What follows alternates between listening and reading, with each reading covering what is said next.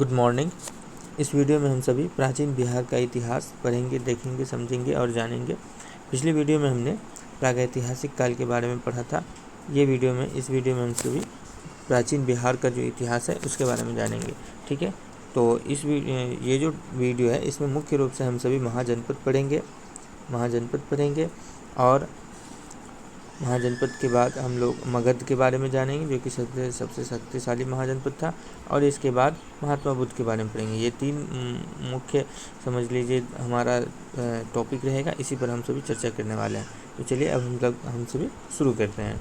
ठीक है, चलिए सबसे पहले हम लोग देखते हैं। हम आपको केवल समझाएंगे। आपको यदि पढ़ना है तो वीडियो को रोक करके आप इस वीडियो को पढ़ सकते हैं। ठीक है, देखिए हम आपको सबसे पहले एक बात समझाते हैं। ये महाजनपद होता क्या है? ठीक है, महाजनपद क्या होता है आपको कहीं भी नहीं ये बताया जाएगा, केवल बताया जाएगा ये है महाजनपद, ये वो करके हम आपको ना अच्छे से शुरू से लेकर के चलेंगे। ठीक है, तो आप सभी अस्थिर से बैठ करके वीडियो देखते रहिए। महाजनपद क्या है? फर्स्ट ऑफ ऑल हम लोग ये देखते हैं, जो पहले का जो समय था ना, चूँकि हम लोग प्राचीन बिहार का इतिहास पढ़े, तो उस वक्त क्या था, उस टाइम क्या था, लोग अलग अलग गुट में रहते थे। तो यदि कुछ लोगों का ही समूह था तो उसको जैन बोलते थे। यदि वो कुछ जन मिल करके कुछ गुट बना दिए तो कुछ जो छोटा छोटा क्षेत्र बना उसको जनपद कहा जाता था। यानी पहले जन है, फिर क्या है, जनपद है। अब इसके बाद जब भी देखिए जनपद में क्या है, जन में क्या है, कुछ छोटा छोटा गुट है और उस छोटा छोटा गुट मिलकर के जनपद बना और बहुत सारे जनपद मिलकर के महाजनपद बनते थे। ठीक है, तो उम्मीद है अब आप लोगों को समझ में आ गया होगा। तो चलिए अब हम लोग बात करते हैं आगे। तो जो है ना, पूरे भारत में अगर बात किया जाए तो बौद्ध रचनाओं के अनुसार 16 महाजनपद था। इस 16 महाजनपद और 10 गणराज्य था। तो आप सभी को यदि पता है तो आप सभी कमेंट करके बताइएगा विश्व का पहला गणराज्य कहाँ है। मैं एक हिंट दे देता हूँ कि वो हमारे ही बिहार का एक ज़िला है। ठीक है, बताइएगा। चलिए, हमने क्या कहा, बौद्ध रचनाओं के अनुसार जो है ना 16 महाजनपद है और 10 गणराज्य था। 16 महाजनपद था और 10 गणराज्य की चर्चा हमें मिलती है। अब हम लोग महाजनपद के बारे में देखते हैं कि बिहार में कितना महाजनपद था। सबसे ज़्यादा महाजनपद जो था वो यूपी में था। उत्तर प्रदेश में 8 महाजनपद था। ठीक है, हम लोग इतना ही जानेंगे जितना आपके एग्ज़ाम के लिए चाहिए, बस उतना ही मैं बोलूँगा। अब 3 महाजनपद हमारे बिहार में थे। ठीक है, हम लोग कि जो बिहार में 3 महाजनपद था, अब उसमें से भी हम लोग इसी 3 को पढ़ेंगे। और इस 3 में से भी मैं आपको बता देता हूँ, सबसे जो महत्वपूर्ण है वो मगध महाजनपद है, चूँकि सबसे शक्तिशाली था, सबसे समृद्ध था, आर्थिक, राजनीतिक, सामाजिक हर दृष्टि से ये मजबूत था। कैसे मजबूत था वो भी हम लोग जानेंगे, क्योंकि उस कारण से क्यों मजबूत था, इस कारण से SCERT NCERT में दिया हुआ है। तो यहाँ से क्वेश्चन सीधा पूछ देता है कि कौन कारण नहीं था। ठीक है, तो आप सभी बने रहिए। अब आगे क्या है, 3 महाजनपद जो बिहार में था, तो कौन कौन? एक है मगध, उसके बाद अंग, लिच्छवी या फिर इसको वज्जी भी बोलते हैं। ठीक है, तो 3 महाजनपद है। मगध की राजधानी थी राजगृह। इसका क्षेत्र कौन कौन सा था? पटना था अभी का, नालंदा था और एक गया था। ठीक है, अब अगर बात करते हैं अंग महाजनपद की, तो इसकी राजधानी चंपा थी। इसका क्षेत्र है मुंगेर, भागलपुर, याद रखिएगा। और अगर बात करें भागलपुर, अच्छा आगे बात करेंगे यदि आते जाएगा। तो लिच्छवी या वज्जी की बात करें तो इसकी राजधानी थी वैशाली। और बता देते हैं, अभी जस्ट जो मैंने आपसे प्रश्न किया था, सबसे जो पहला गणराज्य है वो कौन सा है, तो वो वैशाली है पूरे विश्व में। अच्छा, गणराज्य क्या होता है? अब आप लोग इस सवाल का जवाब आप लोग कमेंट में दीजिएगा, फिर बाद में मैं इसे भी बता दूंगा। अब हम लोग बात करते हैं आगे। सबसे समृद्ध महाजनपद जो था, मैं कम से कम समझाने पे ज़्यादा फोकस करूँगा, आप इसको खुद पढ़ लीजिएगा। मगध साम्राज्य था। और मगध साम्राज्य का जो चर्चा है या मगध महाजनपद का जो चर्चा है वो कहाँ मिलता है? सर्वप्रथम आधुनिक मगध महाजनपद के आधुनिक इतिहास की चर्चा हमें महाभारत में मिलती है। ठीक है, ये तो मगध महाजनपद की बात है कि महाभारत में मिलती है। और एक बात सुन लीजिए, जो टर्म है द टर्म महाजनपद, शब्द महाजनपद, इसकी चर्चा सर्वप्रथम कहाँ मिलती है? तो इसकी चर्चा सबसे पहले अगर हम बात करें तो बौद्ध धर्म के अंगुत्तर निकाय और जैन धर्म के भगवती सूत्र में मिलती है। किसकी चर्चा? शब्द महाजनपद की, ठीक है। महाजनपद शब्द का उल्लेख कहाँ मिलता है, तो बौद्ध धर्म के अंगुत्तर निकाय और जैन धर्म के भगवती सूत्र में मिलता है, ठीक है। अब हम सभी आगे बढ़ते हैं। तो हम लोग देखते हैं यहाँ पे आपको महाजनपद के बारे में दिया हुआ है, कौन कौन सा महाजनपद था, आपको पढ़ना है पढ़ लीजिएगा, ठीक है। हम लोग जो महत्वपूर्ण बिंदु है केवल उस पर बात करेंगे। अब हम सभी आते हैं अंग या अंग महाजनपद तक पढ़ाते हैं हम लोग, इसको देखते हैं। इसका उल्लेख सर्वप्रथम कहाँ मिलता है, अथर्ववेद में मिलता है। अब देखिए जो मैं टिक लगा रहा हूँ, जो मैं बोल रहा हूँ, केवल आपको उसी को ध्यान में रखना है, कितना बता आप याद कर पाएंगे, ठीक है। तो सबसे पहले हम लोग अथर्ववेद की बात करते हैं, अंग महाजनपद की बात करते हैं। तो अंग महाजनपद का सर्वप्रथम उल्लेख कहाँ मिलता है, अथर्ववेद में मिलता है, और यह मगध के उत्तर पूर्व में स्थित था। मगध साम्राज्य जो कि सबसे क्या बोलते हैं समृद्ध था, सबसे क्या बोलते हैं मजबूत था, आर्थिक सामाजिक धार्मिक दृष्टि से, सॉरी नहीं बोला जाए, सामाजिक आर्थिक दृष्टि से वो बहुत मजबूत था। तभी वो जब भी कोई इस तरह से मजबूत हो जाता है ना सामाजिक राजनीतिक विधि से, तभी वो धार्मिक रूढ़िवादिताओं को तोड़ने में सफल हो पाता है। हमने आगे पढ़िएगा, आप आगे जानिएगा, मगध से ही जो है ना दो मुख्य धर्म का उदय होता है, बौद्ध धर्म और जैन धर्म।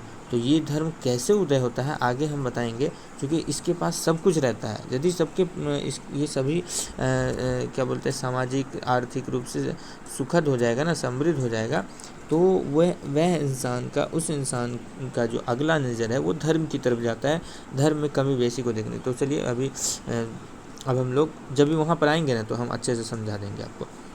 मगध के उत्तर पूर्व में स्थित था कौन,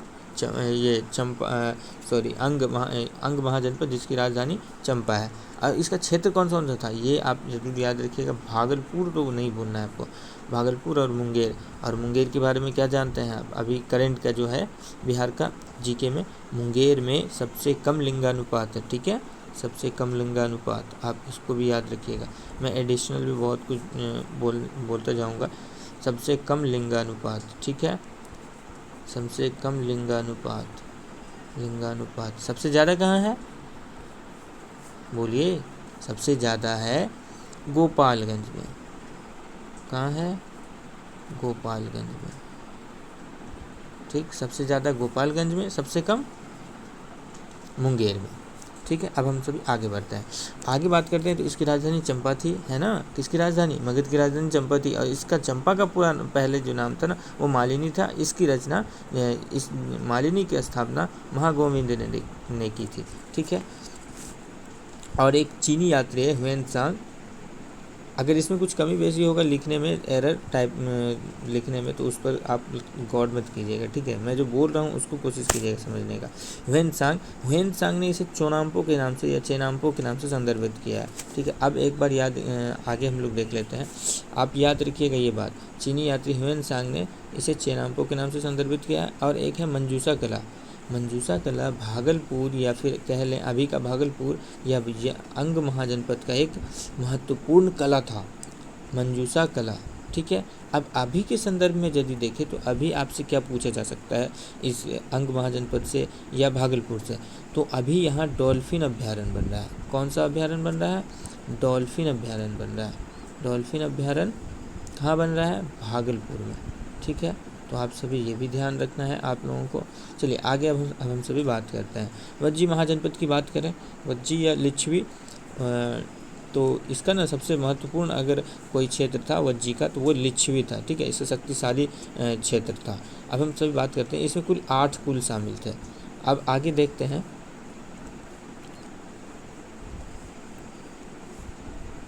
ठीक है, आगे हम सभी देखते हैं। आगे है, इसकी राजधानी कहाँ थी, वैशाली। हाँ, हमने कहा था वैशाली विश्व का पहला गणराज्य है ना, वैशाली वज्जी महाजनपद की राजधानी है, वज्जी या लिच्छवी की, और ये विश्व का पहला गणराज्य है। तो हमने आपसे प्रश्न किया था गणराज्य किसे कहते हैं, तो देखिए गणराज्य किसी भी देश अथवा राज्य अथवा क्षेत्र का वह पद जहाँ का व्यक्ति, उस पद पर बैठने वाला व्यक्ति नागरिक द्वारा चुना जाता हो, ठीक है। जैसे अब हमारा देश कैसा है, गणराज्य, यहाँ का सर्वोच्च व्यक्ति जो है नागरिकों द्वारा चुना जा रहा है, तो ये एक गणराज्य है। आपने संविधान की प्रस्तावना में भी सुना होगा, प्रभुत्व संपन्न गणराज्य की बात वहाँ की जाती है, वहाँ गणराज्य की बात की जाती है ना। भारत एक गणराज्य है। आगे हम सभी देखते हैं, लिच्छवी वज्जी संघ का एक सबसे महत्वपूर्ण कबीला था या क्षेत्र था। अब हम सभी आते हैं जो सबसे महत्वपूर्ण महाजनपद है, मगध महाजनपद, है ना। तो हम सभी मगध महाजनपद को देखते हैं। चलिए मगध महाजनपद को देखते हैं। तो इसकी जो राजधानी थी, आप लोगों को मैंने पहले भी बताया था, इसकी राजधानी राजगृह है। ठीक है, राजगृह में कौन कौन सा क्षेत्र आता है? एक तो पटना आता है, दूसरा गया आता है ना, और तीसरा नालंदा आता है, याद रखिएगा। इसके बाद हम सभी जानते हैं जो इसके मजबूत होने का कारण था, ये सामाजिक, आर्थिक और देख ले तो हर रूप से, राजनीतिक हर रूप से ये मजबूत था, है ना। तो इसकी मुख्य जो कारण था इसका, वो क्या था? इसका सबसे मुख्य कारण था इसकी राजधानी। जो इसकी राजधानी थी ना राजगिरी, वो चारों ओर 5 पहाड़ियों से घिरी थी। अब 5 पहाड़ी का नाम, पांचों पहाड़ी के जो नाम है ना, वो मैं आपको आगे बताऊंगा। ठीक है, चारों ओर वो 5 पहाड़ी से लगभग घिरा हुआ था। ठीक है, तो इसकी राजधानी, इसका पहला कारण क्या हुआ? इसकी राजधानी जो कि चारों तरफ से पहाड़ियों से घिरा था, याद रखिएगा, इसको मत भूलिएगा। इसके बाद है छोटा नागपुर का क्षेत्र। अभी वर्तमान में ये झारखंड में चले गया, उस वक्त ये बिहार में था। और ये छोटा नागपुर खास करके कहा जाए तो खनिजों के लिए क्या है, खनिजों की भरपूर मात्रा है यहाँ पर, है ना। कोयला बात कर ले, आधात्विक खनिज मूल रूप से आपको बहुत सारे मिलेगा यहाँ। और अगर बात करें तो छोटा नागपुर में क्या था, यहाँ की जो सेना थी ना, वो हाथी थी। यहाँ से मगध महाजनपद को सेना के रूप में हाथी मिल जाता था। और यहाँ जंगल भी बहुत सारा था, तो हाथी की सेना मिल जाती थी। और यहाँ से बहुत सारा इस जंगल से लकड़ी और हाथी के खाने पीने का सामान भी मिल जाता था। तो यहाँ से वो उसकी कैसे पूर्ति हो रही है, अगर देखा जाए तो यहाँ से वो सुरक्षित है, दुश्मनों से कोई हमला जल्दी नहीं कर सकेगा, है ना। हमला करेगा भी तो ये लोग ज़्यादा मजबूत हो जाएगा वहाँ पर, ये इन लोगों को वहाँ का रास्ता पता है ना। दूसरा क्या है, छोटा नागपुर का क्षेत्र जो कि अगर देखा जाए तो खनिजों वाला क्षेत्र है ना। और अगर अगली बात की जाए तो यहीं हाथी सेना थी। हाथी सेना जिसके पास है वो बहुत मजबूत है। उसके बाद हाथी की सेना थी, और उसके बाद इसको हाथी के पालन पोषण के लिए जो चाहिए था, जंगल, लकड़ी, सब इसके पास बहुत था, पर्याप्त मात्रा में था। और तीसरा जो कारण है वो एक तरह से देखा जाए तो महत्वपूर्ण कारण में है। 4 ये कारण आपको याद रखना है, ये NCERT SCERT का कारण है, में दिया हुआ कारण। गंगा का मैदान था, गंगा का मैदान है तो क्या होगा, वो कृषि करने में वह हेल्प करेगा, जो कि आर्थिक रूप से उसे मजबूत बनाएगा। ठीक है, अब असुर जनजाति का काम क्या था, ये लोहे का हथियार बहुत अच्छा बनाता था। ठीक है, लोहे से हथियार बनाता थी ये जनजाति। तो अगर देखा जाए तो मगध महाजनपद में आर्थिक विकास हो ही रहा है, उसके पास अच्छी सेना है ही, वह सुरक्षित है ही, प्राकृतिक दृष्टि से वह सुरक्षित है ही, उसके पास संसाधन की कमी नहीं है, क्योंकि छोटा नागपुर का क्षेत्र है, तो जो महत्वपूर्ण संसाधन है वो है ही। तो अब आता है बात गंगा का मैदान से वो कृषि अच्छे से कर पा रहा था, है ना। और इसी गंगा के मैदान के आसपास में, चूँकि यदि देखा जाए तो उत्तर बिहार के जो मगध महाजनपद है, लगभग उत्तर महाजनपद का दक्षिण क्षेत्र में थोड़ा सा पड़ता है। तो ये आपको यहाँ पर जो मिट्टी पाई जाएगी ना, क्योंकि गंगा के बगल का मैदान है, तो जलोढ़ मिट्टी पाई जाती है। ठीक है, तो इस वजह से यहाँ कृषि अच्छे से होता है, तो आर्थिक दृष्टि से मजबूत होता है ना। और अभी भी अगर देखिएगा, जिस देश की का इकोनॉमी अच्छा है ना, वहाँ की कहीं ना कहीं कृषि भी बहुत अच्छी है। अगर इनडायरेक्टली देखें तो कृषि देश की आर्थिक व्यवस्था में बहुत योगदान करता है, देश को आर्थिक रूप से। इसके बाद हम सभी बात करते हैं, इसके पास धान रोकने का अच्छा तकनीक था, जनसंख्या में वृद्धि हो रहा था, मतलब हर रूप से ये सुखी संपन्न था। और अब एक बात सुनिएगा, आप इतना भी पढ़ सकते हैं, मैं आपको एक बात समझाता हूँ। जब भी आप सामाजिक, आर्थिक, राजनैतिक हर रूप से यदि आप संपन्न हो जाते हैं ना, तो आप रूढ़िवादिता को तोड़ने में, या जो पहले के नियम कानून बनाए हुए हैं उसको आप तोड़ने की हिम्मत करते हैं, बोलचाल की भाषा में बोले तो। इसी वजह से मगध महाजनपद से 2 धर्म का उदय होता है, क्योंकि हमने देखा ये चारों तरफ से मजबूत है। और यहाँ हुआ क्या था, ये भी धर्म उदय होने का एक कारण है, आपको मैं ज़रा बताऊँ तो देखिए हुआ क्या था पहले चार क्या कहते हैं जात थे। जात ये बोल लीजिए या फिर कुल समझने में बोल लीजिए। तो वो थे ब्राह्मण,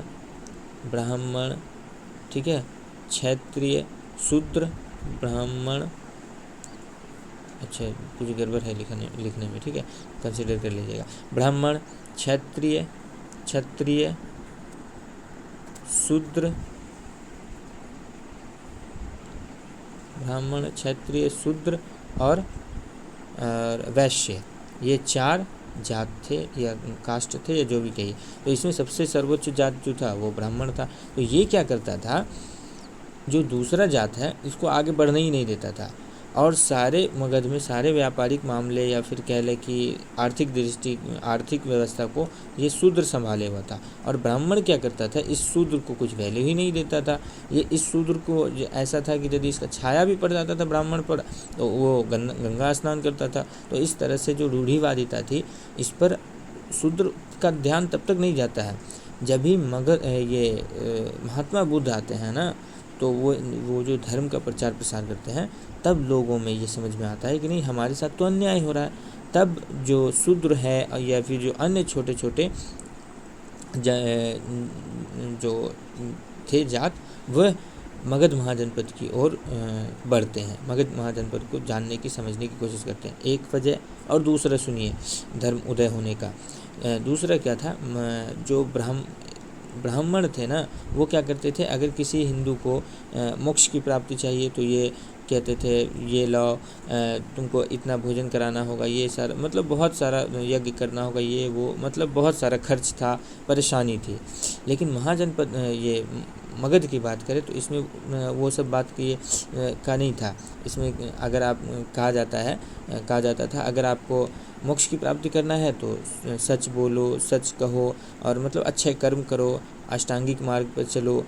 तो इस तरह से 4 आर्य सत्य के बारे में बताया गया। तो इन सब को समझ लो तो आप मोक्ष की प्राप्ति कर लोगे, ये बात थी, ठीक है। तो उम्मीद है आपको समझ में आ गया होगा। आपको अगर थोड़ा भी कन्फ्यूजन है तो इस वीडियो को थोड़ा सा पीछे करके फिर से देख लीजिएगा, अच्छे से समझ में आ जाएगा, ठीक है।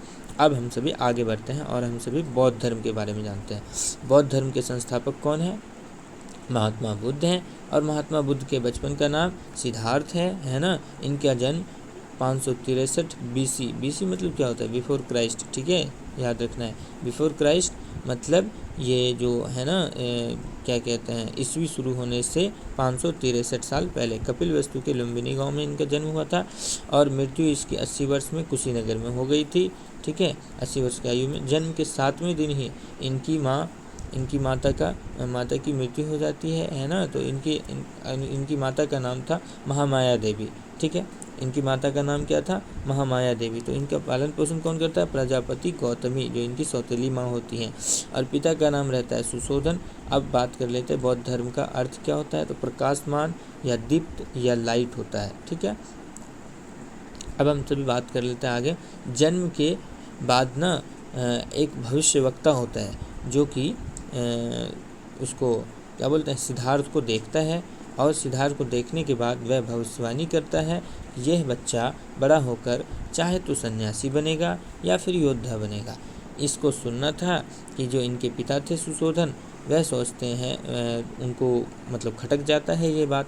वो क्या करते हैं, उसे घर में ही महल में ही सारी सुविधाएं मुहैया कराते हैं और उसे कोशिश करते हैं कि वह महल से बाहर ना जाए। तो इसी तरह से बीतता जाता है समय, है ना। तो इसी वजह से इसके जो पिता हैं ना, वो केवल 16 वर्ष की उम्र में सिद्धार्थ की शादी यशोधरा से करा देते हैं, ठीक है। और 29 वर्ष की उम्र में इसे एक पुत्र भी प्राप्त होता है। स्टिल फिर भी देखिए क्या होता है। अच्छा, इसके पुत्र का नाम राहुल रखा गया, है ना। फिर भी क्या हुआ, इस 29 वर्ष में 16 वर्ष में शादी हो गई, 29 वर्ष में एक पुत्र भी हो गया जिसका नाम राहुल रखा गया।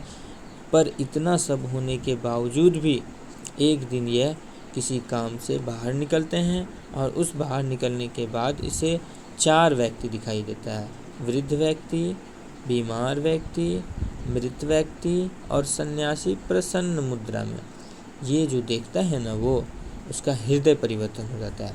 तो हमने ये बोला वृद्ध व्यक्ति 1 है ना, बीमार व्यक्ति 2, मृत व्यक्ति 3 और सन्यासी 4। कितने चिन्हों को उसने देखा बताइए? 4 चिन्हों को देखा। यानी उनका जो हृदय परिवर्तन हुआ कितने चिन्हों को देखकर? 4 चिन्हों को देखकर सिद्धार्थ का हृदय परिवर्तन हो जाता है ना।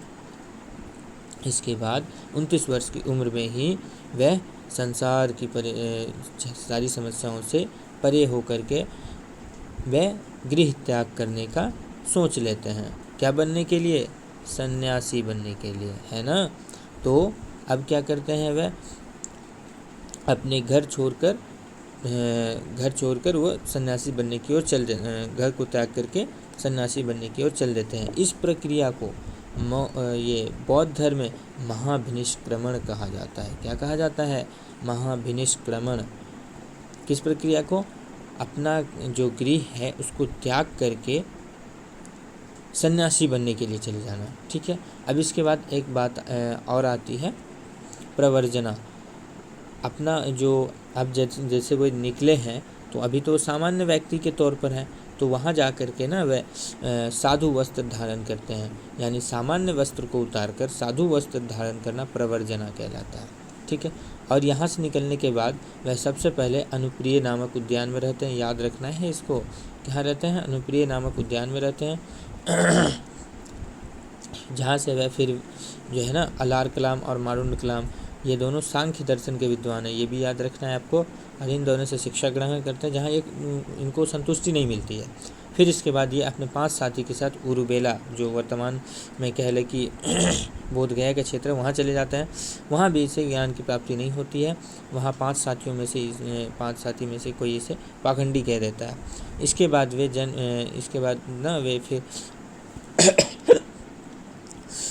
फिर इनको क्या बोलते हैं, 6 वर्ष के बाद 35 वर्ष की आयु में इनको ज्ञान की प्राप्ति होती है। अथक परिश्रम और तपस्या से इसको ज्ञान की प्राप्ति होती है। इन्हें ज्ञान की प्राप्ति होती है। वैशाख पूर्णिमा की रात इन्हें बोधि वृक्ष के नीचे पुनपुन नदी के किनारे इन्हें ज्ञान की प्राप्ति होती है। पुनपुन को निरंजना भी कहते हैं। इनके किनारे इनको ज्ञान की प्राप्ति होती है। तब से यह जो सिद्धार्थ हैं अब बौद्ध में बदल जाएगा। इसलिए मैं उतनी देर से सिद्धार्थ कह रहा था। ठीक है। तब ये गौतम बुद्ध बन जाएंगे। कब? जब ज्ञान की प्राप्ति हो जाती है तब। ठीक है। अब ज्ञान प्राप्ति की जो घटना है ना, इसको बौद्ध धर्म में निर्वाण कहा गया है। क्या कहा गया है? निर्वाण। निर्वाण का अर्थ होता है जीवन और मृत्यु के चक्र से मुक्त हो जाने। कैसे कि वे क्या बन गए? अब सन्यासी बन गए, तो उसे ना कोई कष्ट है, ना कोई जिम्मेदारी है, ना कोई सोचना है समझना है, मतलब जो तपस्या है वही करना है। तो इस तरह से वह जीवन और मृत्यु की प्रक्रिया से फ्री हो जाते हैं। उरुबेला है। ठीक है। उरुबेला वर्तमान बोध गया के क्षेत्र से सारनाथ आते हैं। और यहाँ पर ना वे सारनाथ आने के बाद वे 5 ब्राह्मण को सन्यासी को उपदेश देते हैं, जिसे बौद्ध धर्म में धर्म चक्र परिवर्तन कहा जाता है। ठीक है। और उनका ये पहला उपदेश था। ठीक है। पहला उपदेश था। यहीं सारनाथ में बौद्ध संघ की स्थापना भी करते हैं। और उन्होंने सबसे पहले जो बौद्ध धर्म का अनुयायी बनाया ना, बौद्ध धर्म के भिक्षु अनुयायी बनाया है, तो उसमें 2 बौद्ध भिक्षु हैं, तपस और मलिक। ये महत्वपूर्ण है। इन्हें वे अपना अनुयायी बौद्ध धर्म का अनुयायी बनाते हैं पहला। और जब वे राजगृह पहुंचते हैं, चूँकि अभी जो मगध इस समय की बात करें तो जब भी बौद्ध धर्म की जो महात्मा बुद्ध को जो ज्ञान की प्राप्ति हुई है, इस समय मगध में कौन सा शासन है? मगध में कौन सा शासन है? तो मगध में अभी हर्यक वंश का शासन है, जिसके संस्थापक बिंबिसार ही अभी गद्दी पर बैठे हैं। तो इस समय है। ठीक है। यानी हम कह सकते हैं कि बिंबिसार जो है किसके समकालीन है? महात्मा बुद्ध के समकालीन है। ठीक है। महात्मा बुद्ध के समकालीन है। कौन? बिंबिसार। और आप आगे पढ़िएगा, अजातशत्रु महात्मा बुद्ध के भी समकालीन है। इन्हीं के पुत्र हैं अजातशत्रु इनके भी समकालीन हैं। और ये बौद्ध धर्म के हुए। और जैन धर्म के जो महावीर जैन हैं उनके भी क्या कहते हैं? समकालीन हैं। उनके समय में दोनों थे और इनके समय में, बिंबिसार के समय में केवल महात्मा बुद्ध है। तो ठीक है, आगे हम सभी बात करते हैं। तो इन्हें ये जब राजगृह पहुंचते हैं, मगध महाजनपद की राजधानी हमने देखा ना, राजगृह पहुंचते हैं तो बिंबिसार ने उनका स्वागत किया और वेणुवन दान में दिया। ठीक है, वेणुवन दान में देते हैं। और ज्ञान प्राप्ति के 8वें वर्ष वे वैशाली पहुंचते हैं। वैशाली विश्व का पहला गणराज्य वैशाली में आमंत्रित किया जाता है, जहाँ इसे कुटाग्रशाला नामक विहार दान में दिया जाता है। और इसके बाद जो बौद्ध धर्म की जो बैठक होती है ना, तो उनमें ना ये अपनी स्त्रियों को अनुमति नहीं देते थे, परंतु अपना एक पुत्र, इसका क्या कहते हैं, एक बहुत ही मतलब चहेता शिष्य होता है आनंद, इन्हीं के कहने पर ना वे सर्वप्रथम वैशाली में महिलाओं को संघ में प्रवेश की अनुमति देते हैं। याद रखिएगा, किसके कहने पर? आनंद, जो कि महात्मा बुद्ध के प्रिय शिष्य थे, उनके कहने पर वैशाली में महात्मा बुद्ध ने महिलाओं को संघ में प्रवेश की अनुमति दी, जिसमें पहली महिला कौन थी? प्रजापति गौतमी थी। ठीक ना, इन्हीं के कहने पर वे उन्हें प्रवेश देते हैं। और यहीं से कहीं ना कहीं कहा जाता है कि बौद्ध धर्म का जो है ना वो मतलब जिस प्रगति से आगे बढ़ रहा था, अब यहीं से ना घटना शुरू हो जाता है। तो महिलाओं को प्रवेश देने के बाद ही, ठीक है। ज्ञान प्राप्ति के 20वें वर्ष, आपने अंगुलीमाल डाकू का नाम सुना होगा। 20वें वर्ष अंगुलीमाल डाकू का भी हृदय परिवर्तन कर देता है। तो कितने वर्ष में? याद रखिएगा, ज्ञान प्राप्ति के 20वें वर्ष वह अंगुलीमाल जो डाकू रहता है, आपने कहानी पढ़ा होगा बचपन में, उनका भी हृदय परिवर्तन कर देते हैं। तो अब मैं आपसे पूछता हूँ कि बताइए, महात्मा बुद्ध को ज्ञान की प्राप्ति कितने वर्ष की उम्र में हुई थी?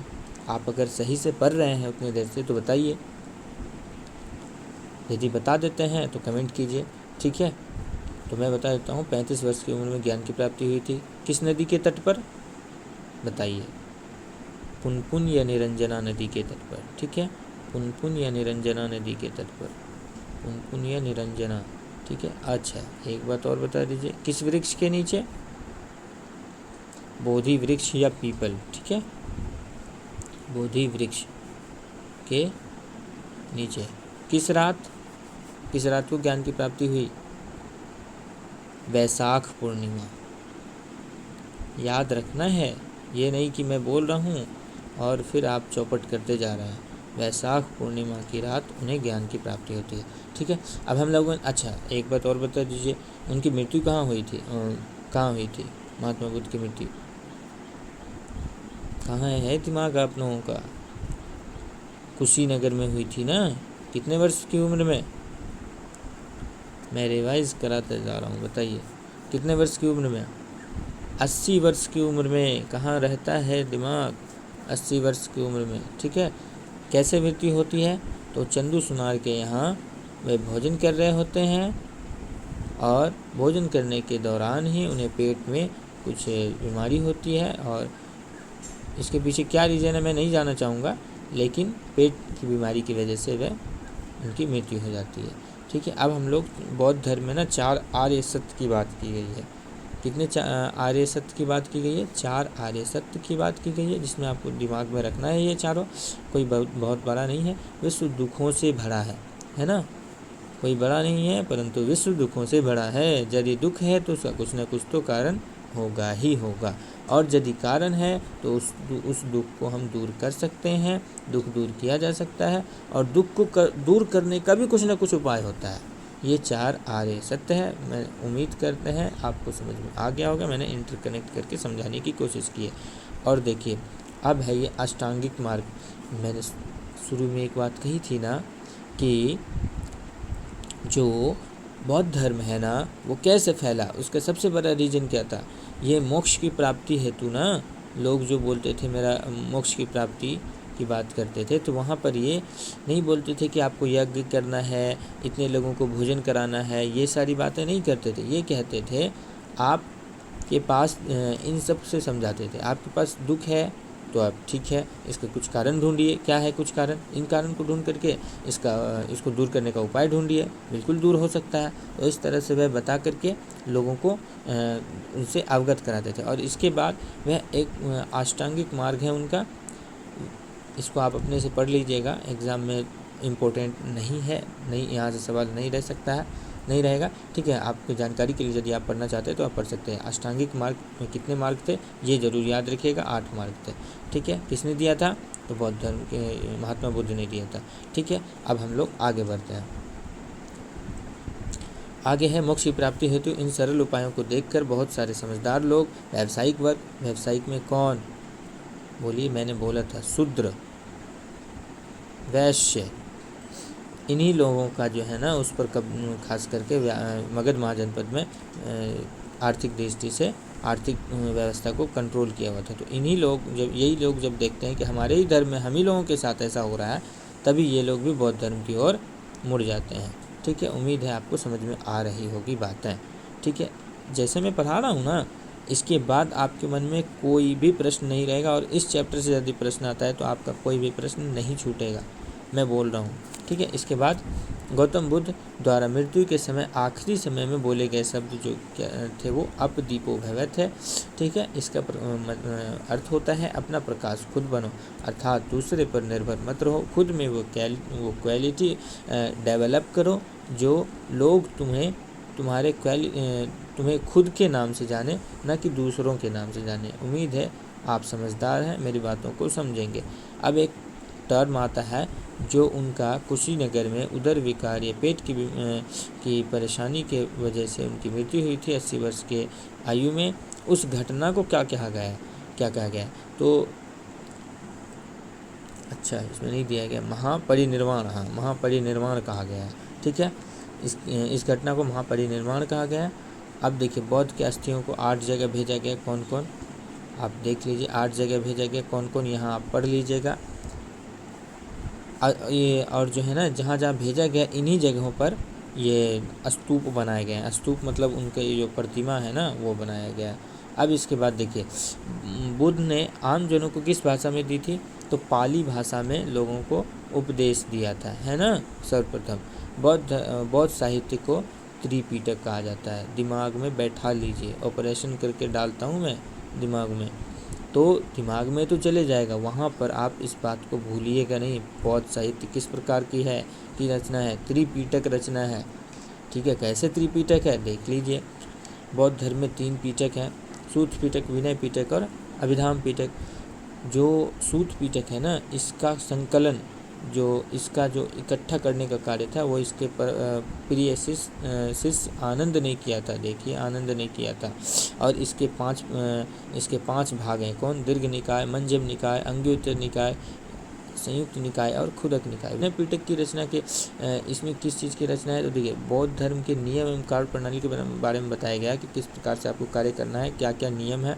और अगर बात करें अभिधाम पिटक की, तो ये मोगलीपुत्र द्वारा रचित है और इसमें बौद्ध के श्लोकों के बारे में बताया गया, ठीक है। उम्मीद है आपको समझ में आ रही होगी बातें। अब हम लोग बात करते हैं, ये सबसे इम्पोर्टेंट है।